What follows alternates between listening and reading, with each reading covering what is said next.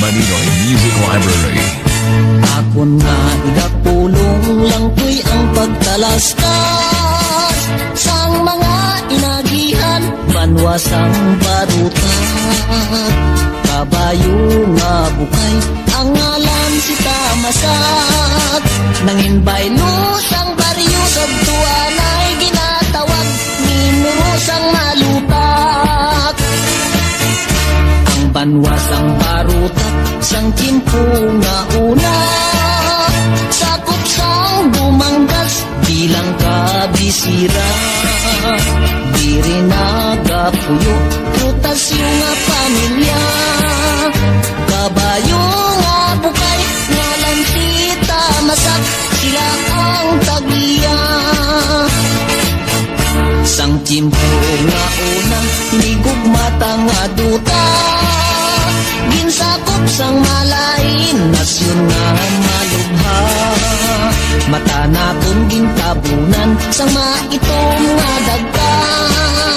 Agud ang malain, nila nga pinahimo, hindi naton makita.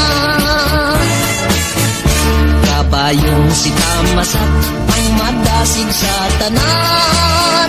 Sa kapin sa duwa, kagakis nga ilaging huktan.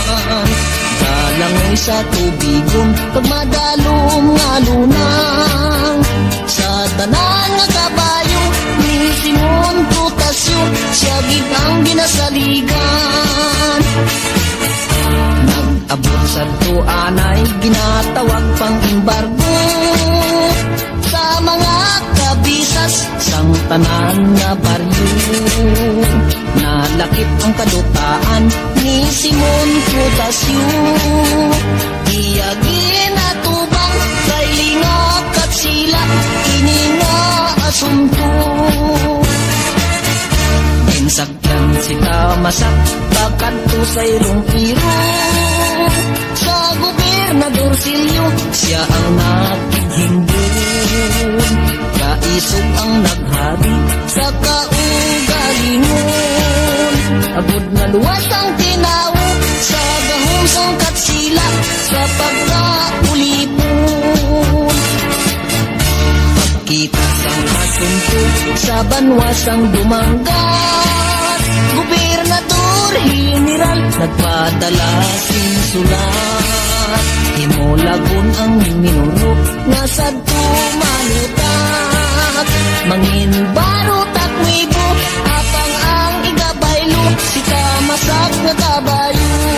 Maninoy Music Library. Diri kag matapos ini nga kasaysayan, inagihan kag maragtas, duta kung nalulutan. Kabayo lang si Tamasak, apang nangin baganihan, nga mangin palanobliyon sang mga nagasunod, mga